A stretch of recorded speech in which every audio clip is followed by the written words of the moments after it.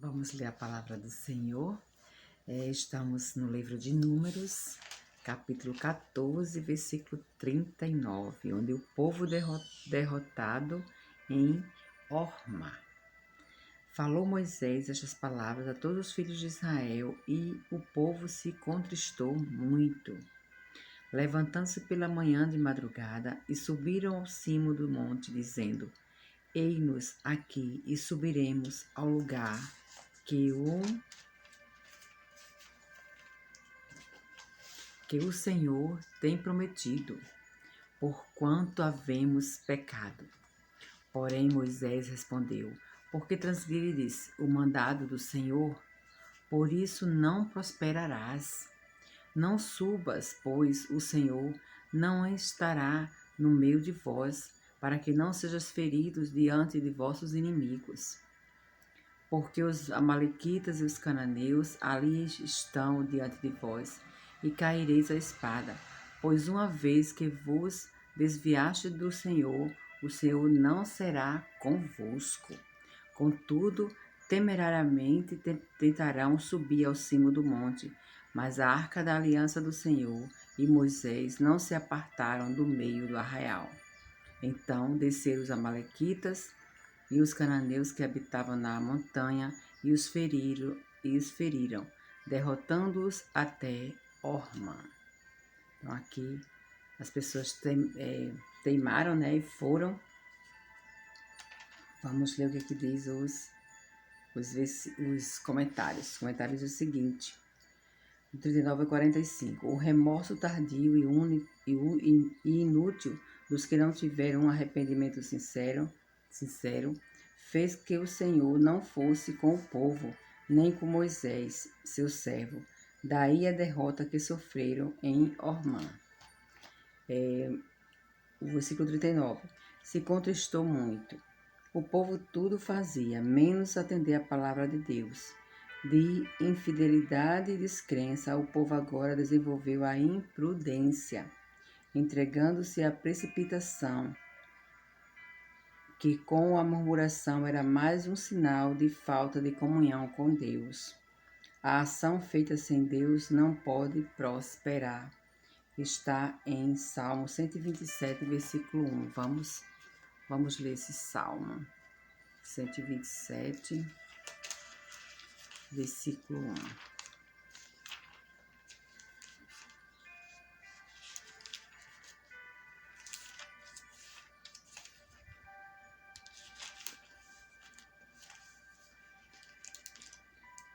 Diz assim: Se o Senhor não edificar a casa, em vão trabalham os que a edificam. Se o Senhor não guardar a cidade, em vão vigia a sentinela. Então aqui nós podemos entender que Deus, Ele é quem vigia a nossa vida, Ele é quem cuida da nossa vida, Ele é quem edifica a nossa casa, né? Então glória a Deus por isso.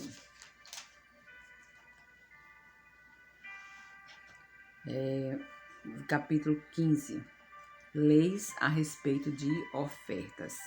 Disse o Senhor a Moisés: Fala aos filhos de Israel e dize-lhes: Quando entrardes na terra das vossas habitações, que eu vos hei de dar, e ao Senhor fizerdes oferta queimada, holocausto ou sacrifício, em cumprimento de um voto ou em oferta voluntária, ou nas vossas festas fixas, apresentardes ao Senhor o aroma agradável com o sacrifício de gado e ovelhas, então aquele que apresentar a sua oferta ao Senhor por oferta de manjares trará a 10ª parte de uma efa de farinha, de flor de farinha, misturada com a 4ª parte de um hin de azeite, e de vinho para libação prepararás a 4ª parte de um hin para cada cordeiro, além do holocausto ou do sacrifício.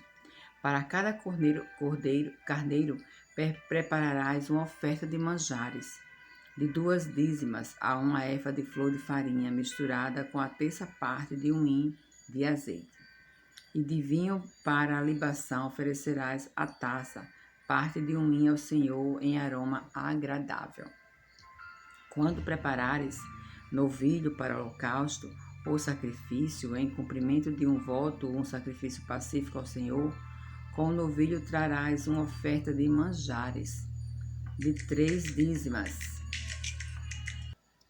Verso 8. Quando preparares um novilho para o holocausto, ou sacrifício, em cumprimento de um voto ou um sacrifício pacífico ao Senhor, com o novilho trarás uma oferta de manjares, de 3 dízimas de um efa, e de flor de farinha misturada com a metade de um hin de azeite. E de vinho para a libação trarás a metade de um hin, oferta queimada de aroma agradável ao Senhor. Assim se fará com todos os novilhos, carneiros, cordeiros e bodes.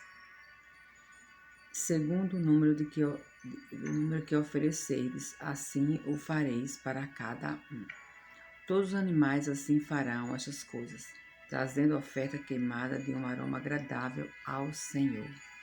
Se também morar convosco algum estrangeiro, ou quem quer que estiver entre vós durante as vossas orações, e trouxer uma oferta queimada de aroma agradável ao Senhor, como vos fizerdes, assim fará ele. Quanto à congregação, haja apenas um estatuto, tanto para vós outros como para os estrangeiros que moram entre vós, por estatuto perpétuo nas vossas gerações, como vós sois, assim será o estrangeiro perante o Senhor.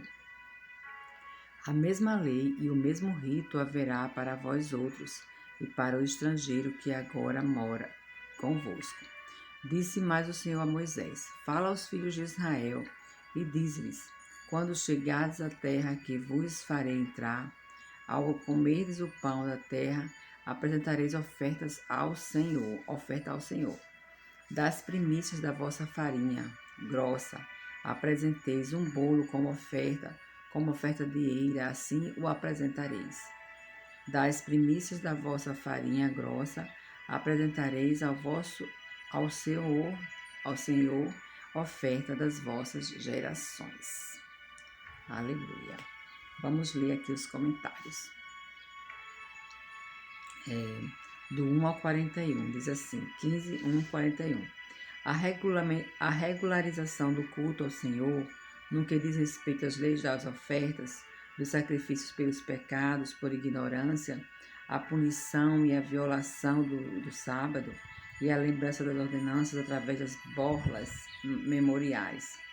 O 15º capítulo nos ensina, primeiro, os tristes resultados da desobediência de um membro do povo de Deus, 32 a 36. Segundo, o ensinamento enfático que se deve aderir a todas as instruções de Deus. 3. Horrível coisa é cair nas mãos do Deus vivo. Está em Hebreus 10, 31. Isto se vê nos versos 32 e 36.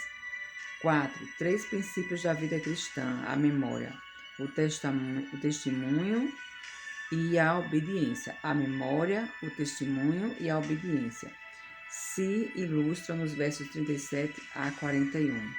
O crente é um homem marcado. Gálatas 6, 19. Então, aqui estão os ensinamentos de Deus para a nossa vida, né? Através da palavra do Senhor. E aí ele fala aqui no versículo 2. Quando entrares na terra, né?